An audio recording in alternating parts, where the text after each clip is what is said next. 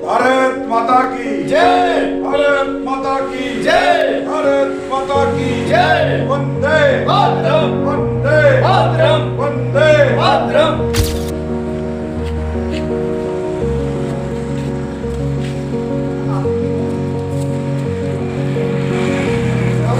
Tag लगे ना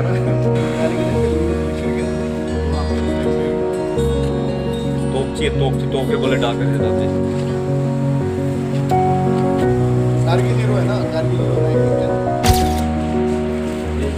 भारत, मैं नायक दीपचंद 1889 मिसाइल रेजिमेंट कारगिल पंचग्रामी गांव पावड़ा हिसार हरियाणा का रहने वाला हूं और अभी फ़िलहाल मैं नासिक महाराष्ट्र में रह रहा हूं।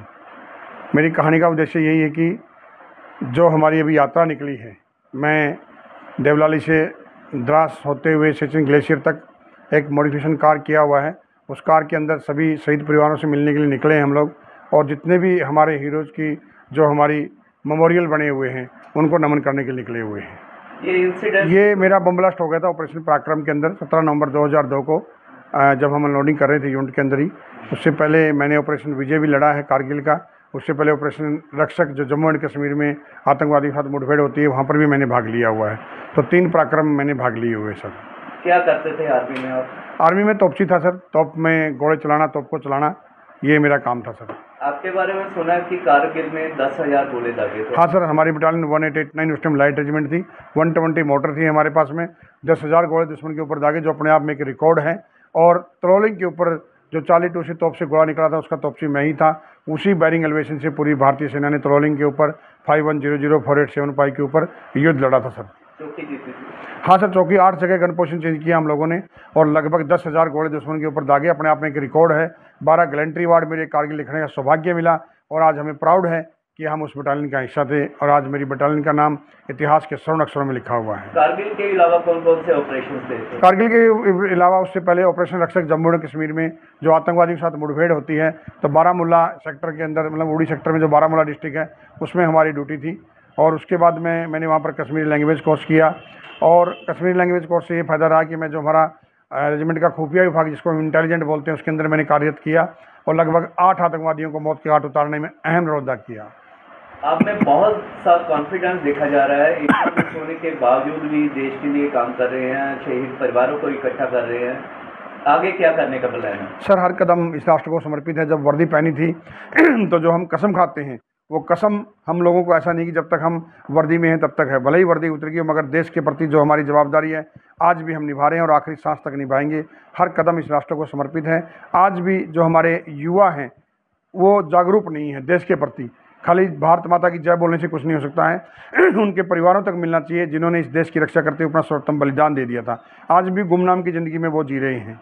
तो मेरा सभी से यही अनुरोध है कि जितने भी हीरोज हैं हमारे, जिन्होंने निस्वार्थ इस मातृभूमि के लिए बलिदान देके गए हैं, उनकी कहानियाँ सुनिए, उनके परिवारों से मिलिए। ये मुहिम मैंने शुरू की है, और मैं चाहता हूँ कि जितने भी युवा हैं या देश की जो 144 करोड़ जनसंख्या है, इस मुहिम के अंदर हिस्सा बने, ताकि आने वाली पीढ़ी को भी एक अनुभव रहे, और उन परिवारों को भी रहे कि कोई बात नहीं, एक हमारा सदस्य चला गया, कोई बात नहीं, पूरा देश आपके साथ में है। ये मातृभूमि, ये जन्मभूमि, ये कर्मभूमि हमेशा ही उनको नमन करती रहेगी सर।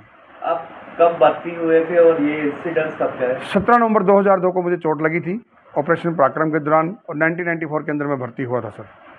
सरकार की तरफ से सेटिस्फाई है कुछ? बिल्कुल सर, सरकार की तरफ से ऐसा था कि मेरा तो उद्देश्य था, नेताजी सुभाष चंद्र बोस की फ़ोटो को देख करके मैंने भारतीय सेना को ज्वाइनिंग किया था। हम लोग सर, सैनिक जो आते हैं वतन के लिए भर्ती हुए थे, वेतन के लिए नहीं हुए थे। अगर गवर्नमेंट ने कुछ करना है तो मांगने से कुछ नहीं होना चाहिए। अगर आप पूछ रहे हो तो आज भी उन सैनिकों को, जैसे हमारे जैसे बहुत से सैनिक हैं, आज ट्रेनों में किराया तक भी माफ़ नहीं है। अगर कुछ करना है तो बिना बोले करना चाहिए। सैनिक का जो बलिदान शब्द जो हमारे पीछे लगता है, वो देने के लिए लगता है, न कि लेने के लिए लगता है। हमने इस राष्ट्र को देना है। आगे क्या करने का प्लान है? आगे ये मुहिम छेड़ी है सर। बस मैंने बताना कि हर कदम इस राष्ट्र को समर्पित है। मैं चाहता हूँ जब तक शरीर में सांसें रहें, उन वीरों की कहानी आप लोगों तक पहुँचाता रहूँ। मैं आप सभी के माध्यम से मैं चाहता हूँ कि पूरे भारतवर्ष में हर परिवार से मिला जाए, हर उसकी शहादत के ऊपर जाया जाए, या हर उनके जन्मदिन के ऊपर जाया जाए। जिस तरह से लिख भी रहे हैं सर, लिख रहे हैं हमारे साथ में, अभिषेक जी साथ में हैं, वो साथ में लिखा पढ़ी का भी काम करते हैं, और रूबरू मिलते हैं। मेरा कहने का मतलब है किताबें बहुत से कम आदमी पढ़ते हैं, मगर दिल की किताबें हर आदमी पढ़ता है। हम चाहते हैं कि उनके दिलों में जगह बननी चाहिए, एक दूसरे से इंटरेक्शन और प्यार होना चाहिए सर। लगता है कि शहीदों की स्टोरी सामने आए तो नौजवान पीढ़ी को बिल्कुल सर, जिस दिन हमारे नेता और अभिनेता जिसको आज आवाम हीरोज मानती है, सेलिब्रिटी मानती है, जिस दिन वो कंधे पर हाथ रख के जिस दिन ऐसे बोल देंगे ना कि रियल हीरो ये हैं, हम नहीं, उसी दिन देश देखना आप एक तरक्की की निगाह पर चल पड़ेगा। उसी दिन से हम सैन्य को उस नज़रिए से देखने लग जाएंगे जिस नज़रिए से देखना चाहिए। मतलब सर, आपको देखा है कार भी चला रहे हैं, साइकिलिंग भी करते रहे हैं, आपके मुंह से सुना है, तो कैसे ये सब संभव? सर, मैंने एक ट्राई साइकिल के ऊपर मैं अपनी मुहिम शुरू की थी और ट्राई साइकिल से मैं स्कूटी के ऊपर आया।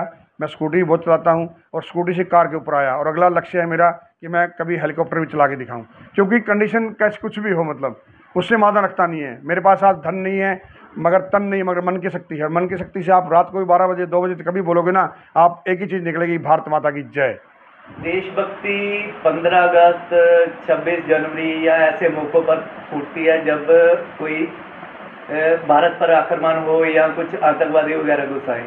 कुछ कहना चाहेंगे इस बारे में? बिल्कुल कहना चाहूँगा सर, उस आवाम को, क्योंकि आवाम को एक हमारी जो भारतीय सेना है वो इस देश की ऑक्सीजन है और इस ऑक्सीजन को आपने बचाना है। भारतीय सेना हमेशा जिताने का काम करती है। अगर देश दोबारा से हारेगा तो गंदे राजकारण के कारण हारेगा। भारतीय सेना कभी भी इस देश को हार नहीं देगी जब तक उनके हाथ में कमांड रहेगी। मतलब लोगों को क्या अपील करना? लोगों से यही अपील है कि जितना हो सकता है युवाओं से खास करके, बाकी फालतू चीज़ों को, नशा इसको छोड़ करके भारतीय सेना में भर्ती होइए, अपना और इस देश का उज्जवल भविष्य बनाइए। बाकी मैं यही बताऊंगा कि जब हम पोस्टों पर रहते हैं, जब हम ड्यूटी पर रहते हैं, तो बड़े बड़े चार्टर प्लेन, बड़ी बड़ी तोहफें हमारे पास रहती है, 10वीं पास आदमी रहते हैं, मगर इतना माइंड रहता है हमारे पास, बड़े बड़े हथियार चलाते हैं। वही जब सैनिक रिटायरमेंट हो जाते हैं तो एक सिक्योरिटी गार्ड के अलावा कोई ड्यूटी नहीं मिलती, उनको वो सम्मान नहीं मिलता जो सम्मान के वो हकदार हैं। और वही मेरा मुद्दा है। आज बहुत सी पिक्चरें भी बनी हैं, मगर पिक्चर बनाने वालों को सम्मान ज़्यादा है, किसके ऊपर पिक्चर बनी उनको नाम भी नहीं जानते। आज भी हमारे कारगिल के अंदर देखिए आप, कितने जवान शहीद हो गए हैं, कोई एक आदमी का भी नाम नहीं जानता है। तो यही मेरी मुहिम है कि जब तक शरीर के अंदर सांसें हैं, हर कदम इस राष्ट्र को समर्पित है, और जब जाऊं तो बस इन वीरों की गाथा आप लोगों तक पहुंचा के जाऊं सर।